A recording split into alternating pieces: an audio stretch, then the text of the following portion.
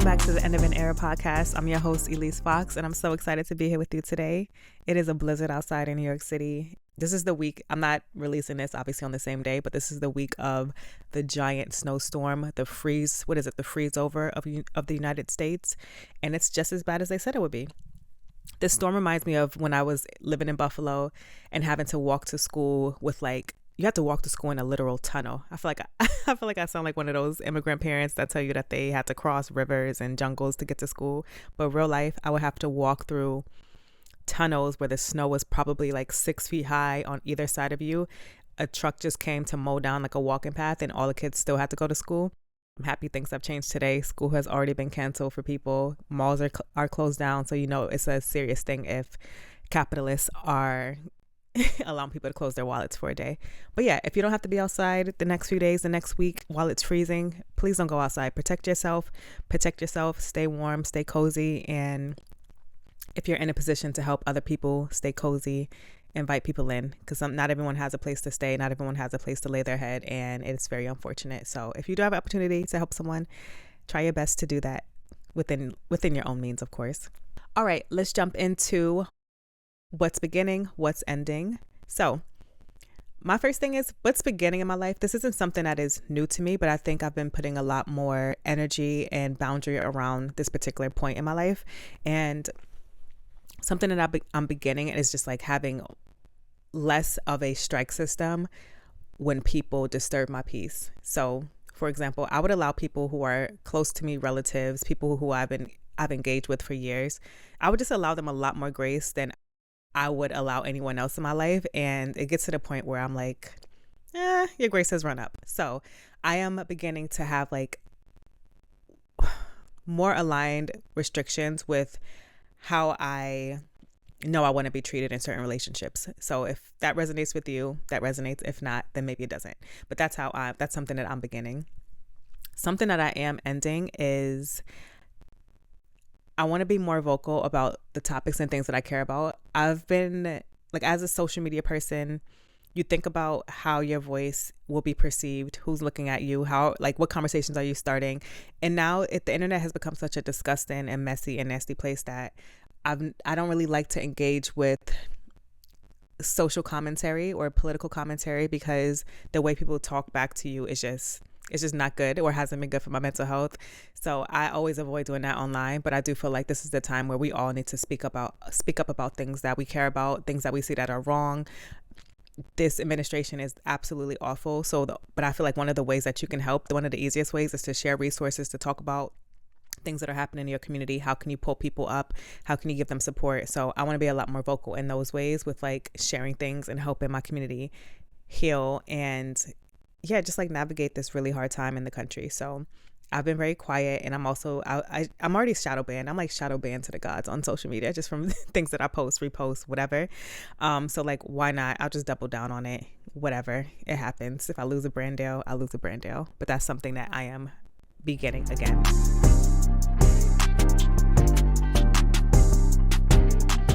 I'm sure you've seen from the title, but today I'm going to be de-influencing you. Yes, that is right. I am de-influencing you from things that you do not need. And it's mainly around I could de-influence you in so many different ways, but this is mainly around shopping, purchasing things online shopping, all of that good stuff. I feel like we've all become just so comfortable to the instant gratification, the dopamine hits of purchasing an item, even just putting something in your cart. For me, that's my dopamine hit. But I guess the joy of receiving a package, we all get it. It feels really nice. It's cool to receive a package, but is it necessary? And also, you want to be mindful as to where you're spending your money, who the money is going to, and what does your money support at the end of the day.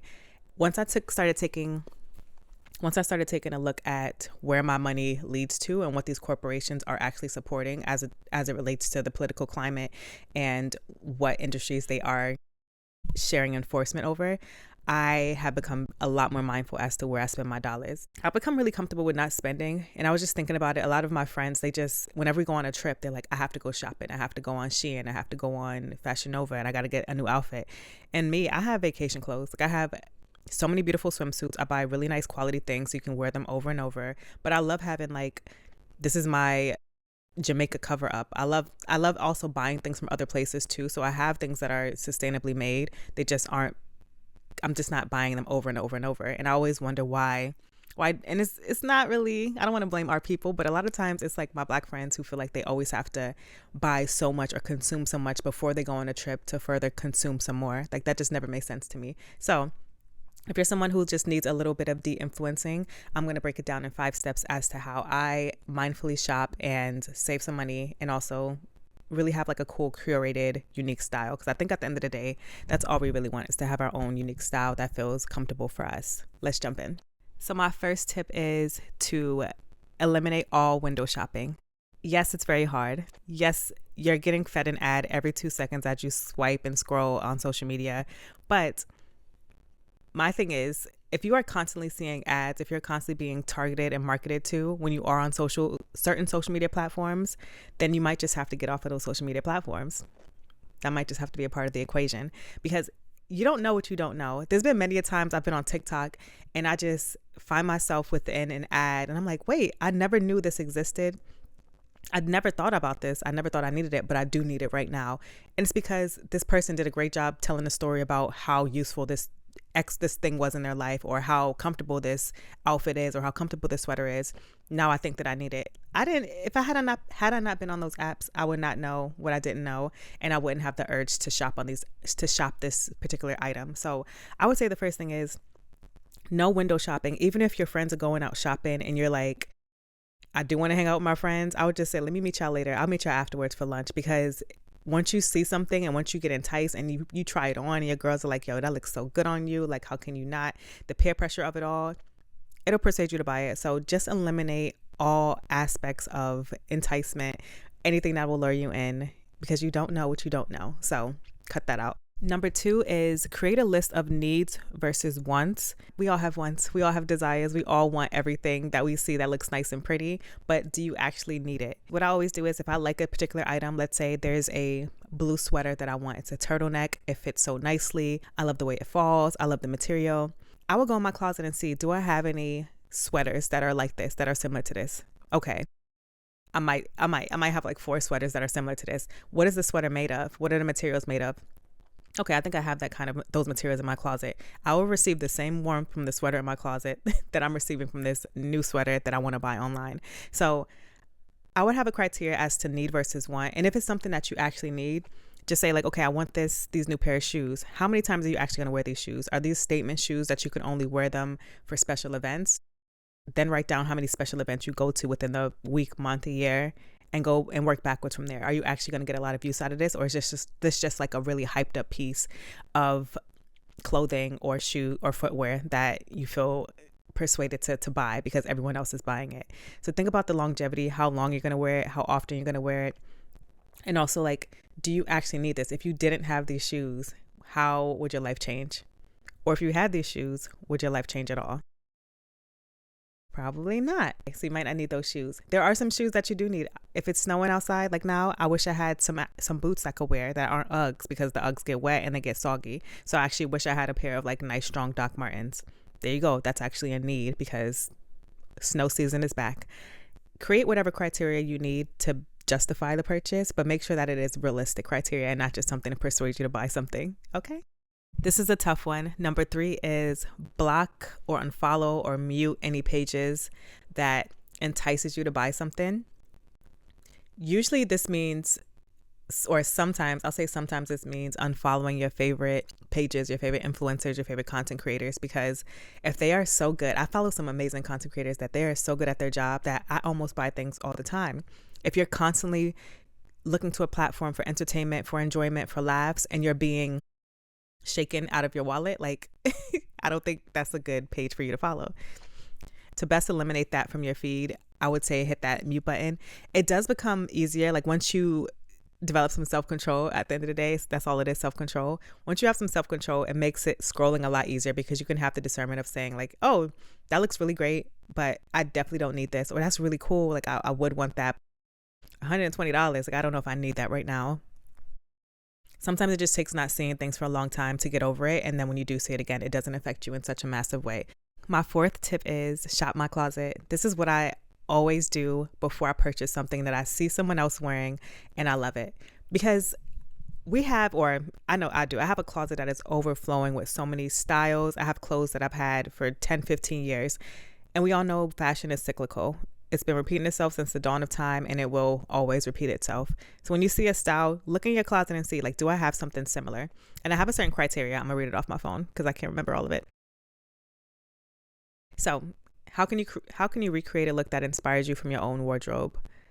What the first thing I do is I ask myself, what do I like about this look? So say I love a specific look. What do I like about the look? Is it the fit? Is it the colors?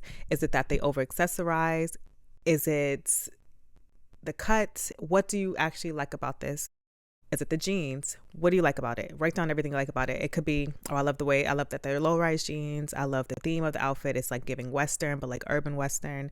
Whatever it is, write down what you like about it. Sometimes y'all don't like the fit. You like the person wearing the fit. This is like the Fashion Nova. I know it was like a Fashion Nova trend when people were saying like, I don't really want this dress. I want the hips that come with this dress. Like I want the thighs that come with this dress. You might buy something because you think it looks great on the model, but you actually like this girl and her own personal style. You like this girl's personal style and how she's displaying it and how she's able to put vintage and new age things together. That's what you like. You may not even like the outfit. And if you do buy that exact same outfit, it won't fall on you the exact same way. This is why it's really important to shop your closet first, because you already have clothes that fit you in a way that you love already. So what you do is, or what I would do is, I take all the little points that I like about this outfit. Okay, I like the low rise jeans. Okay, I like a nice pointy boot that kind of peeks out at the bottom. All right, I love that the top is showing a little bit of midriff. All right, I like that she didn't accessorize too much, but the accessories are very intentional and they do follow the theme of the outfit.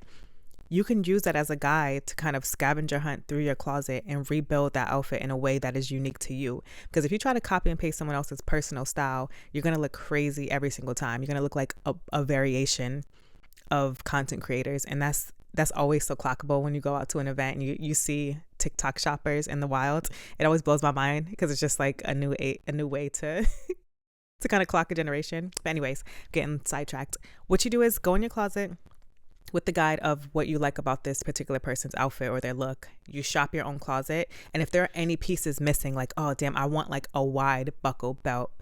You can't really recreate that at home if you don't have that. And if it's something that you'll get a lot of use out of, then go find a wide buckle belt. I always like to go to the thrift stores first, or I'll go on Depop, I'll go on Poshmark first to try to find these items. But I get it, things like belts and shoes and stuff, you kind of want to try them on before you buy them. So I like to go on like thrift stores, and then if not, honestly, I'll just find them in the wild. So shop your own closet because you might have some gems there. I know whenever I clean my closet, I'm like, damn, this shirt, I haven't seen this in so long. I'm actually going to go through my closet right now and show you guys how I shop my closet in real time and how I put together outfits inspired by other people's amazing style and looks.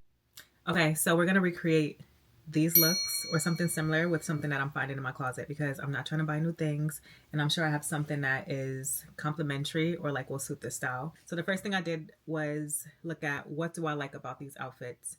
I love that the jeans are a little bit baggy or are a little bit loose. So I'm going to start with like a loose pair of jeans. I actually have some jeans that are similar to this second outfit. I don't think they're the exact same, but I have these Acne jeans. I'm gonna wear them. And another thing I liked about the fit is that the shoes were covered. They weren't the entire moment of the outfit. They're just kind of like peeking down. So these jeans are actually baggy. They're long enough. I was telling my brother I like a 31 plus inseam, like 33 preferably. So I'm gonna put these on, and then I think I have a couple options, but I'm gonna do like some type of pointy boot just so it's peeking out. It's not gonna be the entire outfit, but it's gonna be like, you know, a little something or something. So that is it. I also love that there's some texture and brightness on the top with the yellow tops. And I don't have a lot of yellow, y'all. I love how this is a casual outfit, but it also has like that statement piece of the top having some texture. So I need to see. Oh, this is good. So this isn't much color, but I love that there is texture within this top. And sometimes what I'll do is I'll put on like a bodysuit underneath this or something low cut, and I'll find a way to pin this. And this will actually become the sweater or the top. So I could try this out with the outfit. It's still a little bland because it doesn't have that like color pop. But what one of the girls did was she added a hat with the look, which adds another pop. So I can actually wear a hat and add that color in. I'm having a good hair day, so I really don't need to. But I'm going to try one of my favorite hats, my only hat. Aside from Supreme, this is like my other favorite skate company. So I'll try it with this, and I think that'll give it a nice pop of color, but still keeps it very neutral, still very like fall, winter kind of vibes. But if I need a backup, I was thinking of this jacket, but the thing about this jacket is it's gonna cut into like the shape of the outfit. I like that their waists are showing and they're very snatched, so this probably wouldn't work, but it does have some texture and it adds some kind of like fabric too. But I'm already knowing it's not gonna fit for the vibe. The only runner up I could think of is this top, because it does have the yellow, it does have texture, it is very warm. This is from Quasi Paul, and I love this fit, but it's also going to it's going to cut into like the actual shape. So if that's something that I am into, which I am, this may not work out, but we're going to try it on anyway. So this is how the look came out. I think I incorporated a lot of things from like both looks. This top gives you more of like the texture, and I actually pinned it together with the white top underneath. I have the same, I feel like they're the same jeans, because I know a lot of people are selling the dirty jeans, but I think she had on the acne jeans. And then I have these boots that I got literally from a campaign I did with Marshalls. I was missing out on like the texture, so I feel like this pulls it in well with like the cow print bag. I don't have the color, but I'm gonna try on a hat right now. I'll let you know how it looks with the color. Here's how it looks with the hats, head to toe. And obviously it's not the exact same, but the point of having style is to make it personal and personal to you and not just copy and paste in. So I feel like I have the same kind of look, vibe, and theme, and I just shop my closet. So that means I made money, I saved money, girl math. All right, let's jump back into the episode. My last tip is to shop your friends' closets. I have a lot of friends who have bags of clothes that they do not wear, parts of their closet they haven't visited in years, and I'm sure there's some pieces in there that I could revamp. It's the old saying, one woman's trash is another woman's treasure. You can have like a swap party with your friends. 3 of you come together. It could be just 2, you and another friend. Hey, you guys come together, bring some stuff you don't like, get some wine going. It doesn't have to be anything wild. Hey, pull up with the garbage bag full of your old clothes. Let's do an exchange. And then whatever you don't use, you donate it to a Goodwill or a shelter or a church or whatever, so other people can get good use out of it. But I think shopping your friends' closets, it's another way to like engage and also get to know them a bit more, because whenever I pull old things out of my closet, there's typically a story around it or just a fun time that I've had wearing that article of clothing. It becomes this like really fun and cute way to reminisce with your friends, and I thoroughly enjoy that. So have like a swap party with you and some friends, get rid of some things, and understand that you don't need to buy things to be happy. A lot of the things that we need to be whole, to feel like our true selves, they already exist in this earth. Capitalism is going to be the thing that destroys us if we don't become connected beforehand. And I do feel like, I don't want to get too far into it, but it's a way that we've been controlled for so long. So if we can just remove one aspect of control from the powers that be and just take that power back for ourselves, I hope I'm making sense. I think we'll be living a much better life. So there are ways for you to save your coin. If you're starting the year off, I know Fashion Week is coming up in a couple weeks in New York. If you feel like you need to just grab a bunch of new stuff to fit in, if you feel like you don't have your own personal style, this can be very helpful for you to develop your own personal sense of style. Wear what you have in your closet. What your personal style cannot be replicated by anybody else, and that is something to always remember. People like my streetwear, kind of girly-esque personal style, and I dig that. And sometimes I'm like, wait, I feel like I don't have a personal style, but your personal style is what you wear every day. You have a personal style, even if you think you don't have one. So tap into that. You have everything you need to be happy. You have everything you need to be successful within yourself.